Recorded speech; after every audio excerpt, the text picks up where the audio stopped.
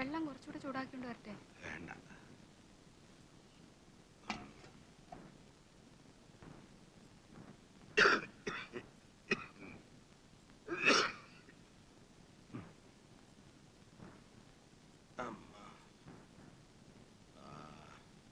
കുറച്ച് ദിവസമായില്ലേ നാടൻ മരുന്നും ആവി വളരൊക്കെ ആയിട്ട്.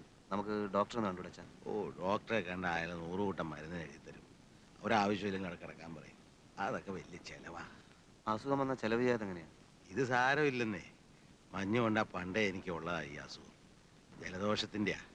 വൈകുന്നേരം ആകുമ്പോൾ മാറും. രാത്രി ലോഡെടുക്കാൻ പോകണ്ട. അച്ഛനെ കാട്ടിലേക്ക് പോകുന്ന പണിയൊന്നും നിർത്ത്. അതുകൊണ്ടാണ് ഈ അസുഖം മുഴുവൻ. അസുഖം നോക്കിയിരുന്ന കാര്യങ്ങൾ നടക്കും.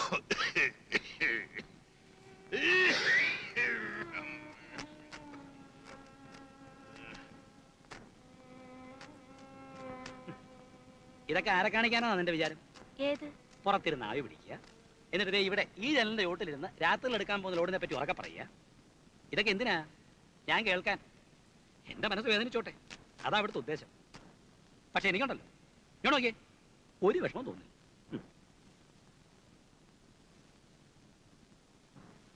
പുറത്ത് മഞ്ഞ് വീണാ ജലദോഷം വരുന്ന ആളാണെന്നറിയാം. പിന്നെ എന്തിനാ ഇത്രയും ബുദ്ധിമുട്ട് രാത്രി ലോറി എടുത്ത് കാട്ടിലേക്ക് പോയത്? എന്നെ തോപ്പിക്കാൻ. കാണുന്നവര് പറയുമല്ലോ, ആ ശങ്കരൻ നായർ പാവം, കൃഷ്ണൻ ഉണ്ണി ദുഷ്ടൻ. പറഞ്ഞോടി, എനിക്കതുകൊണ്ടൊരു വിഷമവും ഇല്ലെന്ന്.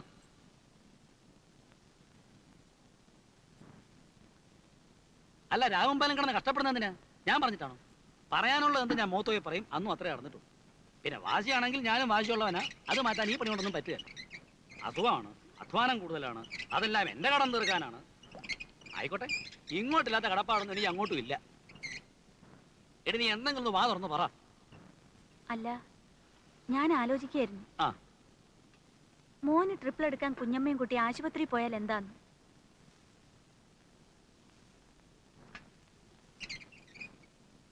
വിശക്കണുണ്ടല്ലേ? മോക്ക് വിശക്കണുണ്ടാ? എന്നോടാണോ? ആ, ഇല്ല. മുഖം കണ്ടാ തോന്നും വിശക്കണുണ്ടെന്ന്. എനിക്ക് കാലത്തെ ഭക്ഷണം ഒരു സുഖമില്ല, വല്ലാത്ത പരവശം. ഇവിടെ നല്ല മസാല ദോശ കിട്ടും.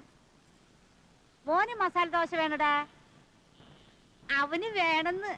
കുഞ്ഞമ്മയൊന്നും മിണ്ടാതെ വന്നേ. ആ, ഏതെടുത്തി എന്താ ഇവിടെ? മോന് ട്രിപ്പിൾ എടുക്കാൻ കൊണ്ടുവന്നതാ. ആരാ ആശുപത്രിയില്? അമ്മ കാലുകയറ്റിയൊന്ന് വീണു, ഫ്രാക്ചർ ഉണ്ട്. അയ്യോ, എന്നിട്ട് അറിഞ്ഞില്ലല്ലോ. ഏത് മുറിയില്ല? മോളില. ഞാനും വരാം. കുഞ്ഞമ്മ മോനെ ഒന്ന് പിടിച്ചേ. വരൂ.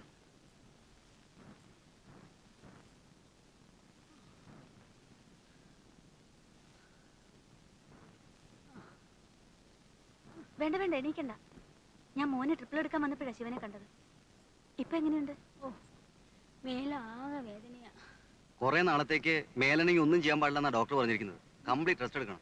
രമേത അറിഞ്ഞ ഓടിയെത്തും. അവൾ എപ്പോഴും പറയും അമ്മയുടെ കാര്യം.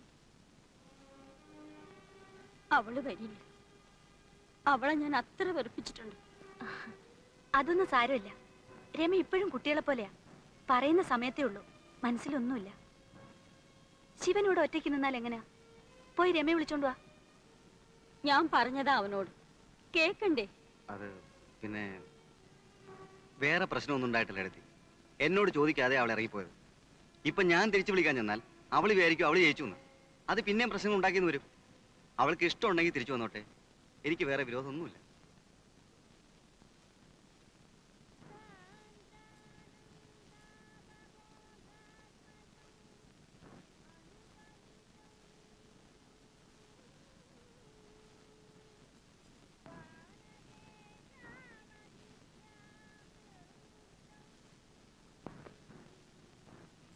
എന്നോട് മിണ്ടാൻ രമയ്ക്കും വിഷമമുണ്ടോ?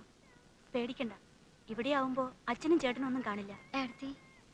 അച്ഛന്റെയും ചേട്ടന്റെയും സ്വഭാവത്തിന്റെ ഒരു അംശം രമയുടെ സ്വഭാവത്തിലുണ്ടല്ലേ?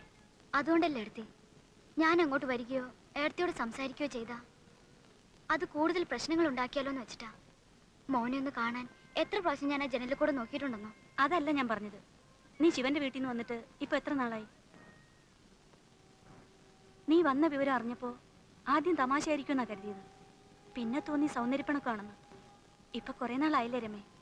എന്താ നീ ഉദ്ദേശിച്ചിരിക്കുന്നത്? അതൊന്നും ഏടത്തിക്കറിയില്ല. ഇല്ല, പക്ഷെ ഒന്നറിയാം, കൂടുതൽ അബദ്ധത്തിലേക്കാണ് ഈ പോക്കെന്ന്. നിന്റെ ഇഷ്ടത്തിന് നീ തന്നെ തെരഞ്ഞെടുത്ത ആളാണ് ശിവൻ, അല്ലേ?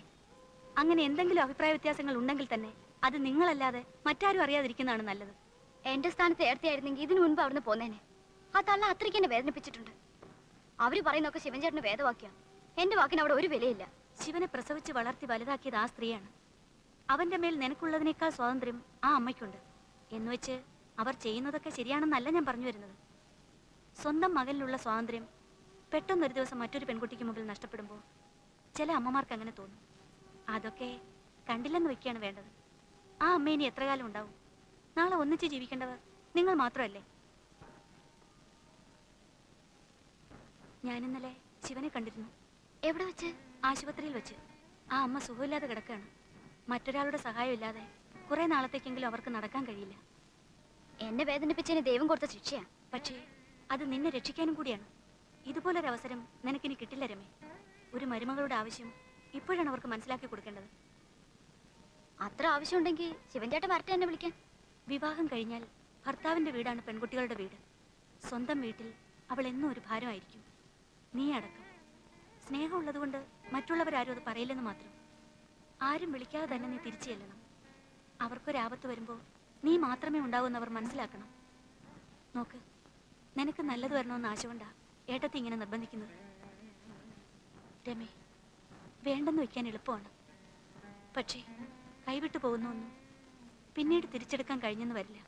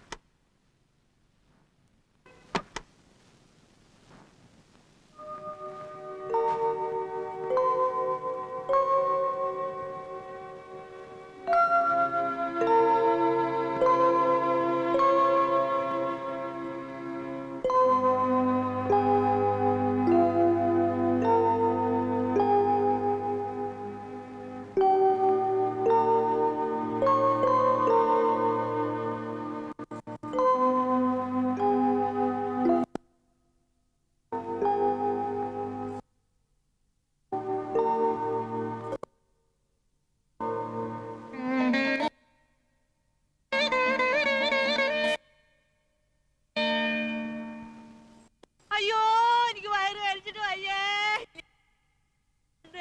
ഗുരുവായൂരപ്പ, അയ്യോ അയ്യോ, എനിക്ക് വയറ് കഴിച്ചിട്ട് അയ്യോ അയ്യോ, എനിക്ക് വയറ് കഴിച്ചിട്ട് വയ്യേ. അയ്യോ എന്റെ ഗുരുവായൂരപ്പ. കുഞ്ഞമ്മ കരയാതിരിക്കും. അയ്യോ എന്റെ മോളെ, എനിക്ക് വയറ് കഴിച്ചിട്ട് വയ്യേ. എടി ദഹനക്കേടാ, ഇഞ്ചി വേണേ ചേച്ചി വായോട്ട് ഒഴിച്ച് കൊടുക്ക്. ഇഞ്ചി വേണോ? ഇഞ്ചി വേണ്ട, എനിക്ക് സാധാരണ വരാനുള്ളതാ. അയ്യോ അയ്യോ, നിങ്ങളത് പോയി ഡോക്ടറെ വിളിച്ചിട്ട് വരേ. ഒരു ഡോക്ടറുടെ ആവശ്യമില്ലെന്ന്. ഇത് കണ്ടില്ലേ? വേഗം വിളിച്ചോണ്ട് വാ.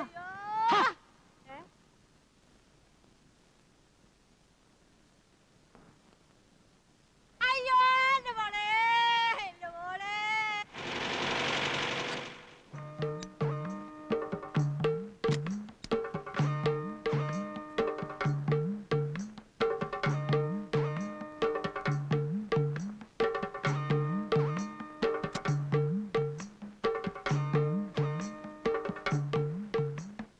ഡോക്ടർ വന്നാട്ടെ.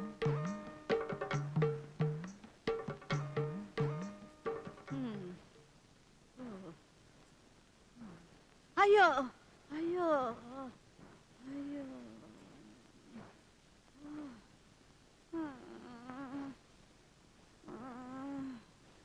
എന്റെ ഗുരുവായൂരപ്പ.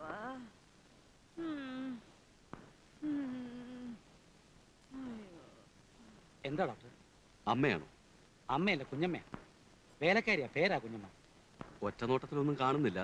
എനിക്കും ആദ്യം അങ്ങനെ തന്നെ തോന്നി. ആ, ഇപ്പോഴത്തെ കാലമല്ലേ, എന്തും എന്തിന്റെ ലക്ഷണങ്ങളാകാം. ഏതായാലും മെഡിക്കൽ കോളേജിൽ കൊണ്ടുപോയി സ്പെഷ്യലിസ്റ്റിനെ ഒന്ന് കാണിക്കൂ. ആ, ഞാനൊരു എഴുത്ത് തരാം.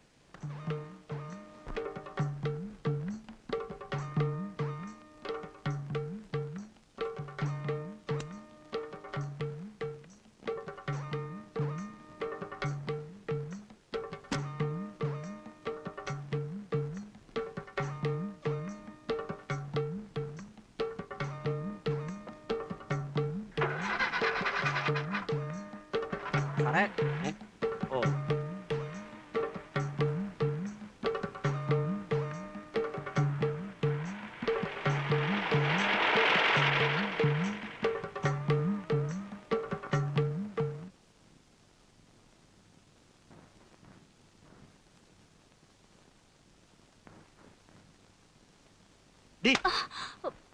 നിനക്ക് എങ്ങനെയാടി ഇങ്ങനെ പോത്തു പോലെയാണ് തുടങ്ങാൻ പറ്റുന്നത്? ഉം. ആ കുഞ്ഞമ്മയുടെ കാര്യം ആലോചിച്ചിട്ട് ഒരു സമാധാനമില്ല. കുഞ്ഞമ്മയ്ക്ക് ഇപ്പൊ കുറവുണ്ടല്ലോ. ആരുടെ അസുഖത്തെ പറ്റി അല്ലെന്ന്. അവരെ ഇവിടെ എങ്ങനെ ഒന്ന് പറഞ്ഞയക്കാതെ മനസ്സിന് ഒരു സമാധാനമില്ല. സുഖമില്ലാതിരിക്കുമ്പോ നമ്മൾ എങ്ങനെയാ പറഞ്ഞയക്കുക? എന്റെ പൊന്ന് ഈരെ, അവർക്ക് ഒരസുഖവും ഇല്ല. ഒക്കെ തന്നെത്താൻ തീരുമാനിച്ചാ മതി. തീരുമാനിച്ച കാര്യമായി പറയുന്നത്. നല്ല തടിമുടുക്കുള്ള ആമ്പളുണ്ട് അവർക്ക്. കൊണ്ടുപോട്ടെ മെഡിക്കൽ കോളേജിലോ എവിടെങ്കിലും. ഈ മാസത്തെ ചെലവ് എത്രയാണെന്നറിയോ? പലചരക്കടയിലെ വെല്ലുവിളിട്ട് എന്റെ പ്രാണം പോയി. ഓ, ലോകത്തെവിടെ യുദ്ധം ഉണ്ടായാലും വിലക്കയറ്റം ഉണ്ടാകുന്ന ഈ നാട്ടിലാണ് എന്റെ ഈശ്വര. പാല്, വിറക്, മോര്, മണ്ണെണ്ണ, കുഞ്ഞമ്മ. 1300 രൂപ ഇതിനകം. ഇനിയും കിടക്കുന്ന മാസം തീരാൻ ബാക്കി.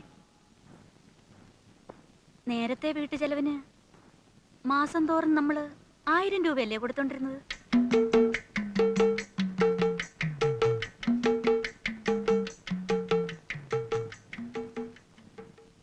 ഇങ്ങനെ പെട്ടെന്ന് പറഞ്ഞ ഞാൻ എവിടെ പോവാനാ? ഇന്ത്യൻ ബാങ്കിൽ സുഖമായിട്ട് ജീവിച്ചോണ്ടിരുന്ന എന്നെ വിളിച്ചു വെച്ച് തെരുവിൽ ഇറക്കാന്ന് വെച്ചാ ഇത് എവിടെ തന്നെയായ? ഓ, ആ സദാശിവമ്പിള്ള സാറിന് പണ്ടേ എന്നോട് വിരോധം. പക്ഷെ ഈ കുലച്ചത് നീ വിചാരിച്ചില്ലടി. നിങ്ങൾ ഇറങ്ങി വന്ന് അന്വേഷിക്കണ്ടേ കുഞ്ഞമ്മേ? നിങ്ങളെപ്പോലുള്ളവർക്ക് നല്ല ഡിമാൻഡുള്ള സമയമായിപ്പോ. ഞാനൊരു കാര്യം പറയട്ടെ. ആ. സാറ് ബാങ്കിൽ ഒരു ക്ലർക്കല്ലേ? അതിപ്പോ നാളെ മാനേജർ ആയിരിക്കും. ആ, ഏത് ബാങ്കിലാ ഒരു മാസത്തെ നോട്ടീസ് ഇല്ലാതെ ആളെ പിരിച്ചുവിടുന്നത്? ബാങ്ക് പോലാണോ വീട്? എനിക്ക് ബാങ്ക് പോലെ എന്റെ വീട്. ഇതെന്തൊരു കഥയാ? ഇനി ഒരു ജോലി തേടി പിടിക്കണമെങ്കിൽ 2 മാസാവും. അത് വരെയുള്ള കാശിന്റെ അടുത്ത് ചെയ്യാത്ത ജോലിക്ക് കാശോ? ഒന്ന് കേറിയ കാലം മുതൽ പെഴ്സിന്ന് കാശ് പോകുന്ന അറിയുന്നില്ല. വർക്കത്തോട്ട് അതെ, ഈ നഷ്ടം കൂടെ സഹിക്കുന്ന ബുദ്ധി. എന്നാലും ഒരെന്നാലും ഇല്ല, അല്ലെങ്കിൽ പ്രശ്നം കൂടും. ഉം.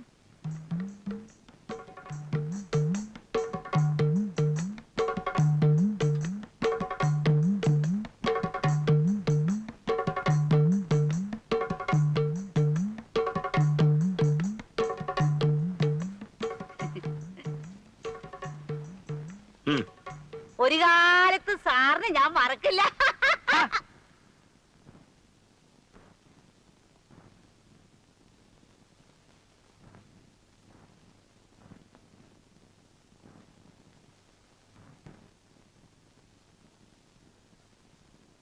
കാശുണ്ടെങ്കിൽ എത്ര അമ്മമാരെ കിട്ടുമെന്നാ പറഞ്ഞത്?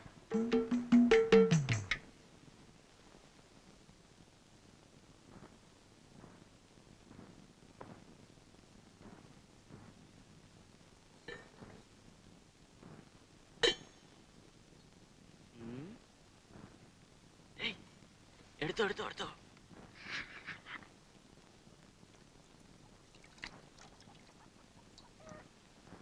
അമ്മേ, ഞാൻ ഇനി നാടകത്തിന് പോകുന്നില്ല.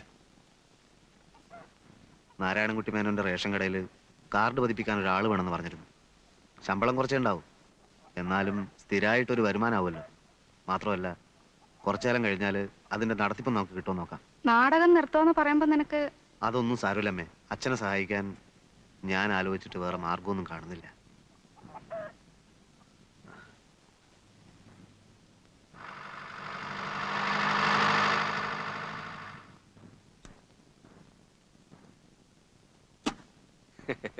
നമസ്കാരം. നമസ്കാരം. നമ്മൾ തമ്മിൽ പരിചയപ്പെട്ടിട്ടില്ല. എൻ്റെ പേര് എൻ ഗണേഷ്. ആ. നാടകകൃത്താണ്. പിന്നെ കൽപ്പന തിയേറ്റേഴ്സിന്റെ സെക്രട്ടറിയുമാണ്. ഞാൻ ധാരാളം കേട്ടിട്ടുണ്ട്, കണ്ടിട്ടുമുണ്ട്. ഞാനിവിടെ വന്നത് അടുത്ത കൊല്ലം പ്രേമൻ ഞങ്ങളുടെ ട്രൂപ്പിൽ സഹകരിക്കണമെന്ന് പറയാനാണ്. പ്രേമന് ചെയ്യാൻ പറ്റിയ നല്ലൊരു വേഷമുണ്ട്. ഞാനിപ്പോ നാടകത്തിനൊന്നും പോകണ്ടെന്ന് വിചാരിച്ചിരിക്കുകയാണ്. ആശാനെ, ഇങ്ങനൊരു അവസരം പിന്നെ കിട്ടില്ല. ഞങ്ങളുടെ ബാനർ വാല്യൂ അറിയാമല്ലോ. നമ്മുടെ ടീക്കയാണ് ഡയറക്റ്റ് ചെയ്യുന്നത്. പക്ഷേ ഞാനത് ആശാനെ, കാശിന്റെ കാര്യത്തിൽ പേടിക്കണ്ട. ഇതാ 5000 രൂപയുണ്ട് അഡ്വാൻസ്. ഓരോ നാടകത്തിനും 25 വെച്ച് പിടിക്കും.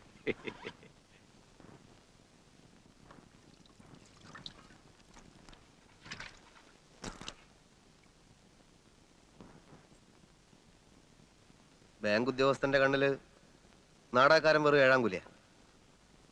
5000 രൂപയുണ്ട്. ഇതങ്ങോട്ട് കൊടുത്തേക്കച്ചാ. സംശയിക്കണ്ട, കട്ടതും പിടിച്ചു പറിച്ചതൊന്നുമല്ല. വേണമെങ്കിൽ ഇനിയും എനിക്ക് സംഘടിപ്പിക്കാൻ പറ്റും. പറഞ്ഞാൽ മതി. വേണ്ട, അത്രയും രൂപ ഉണ്ടാക്കാൻ ഞാൻ മതി. അച്ഛൻ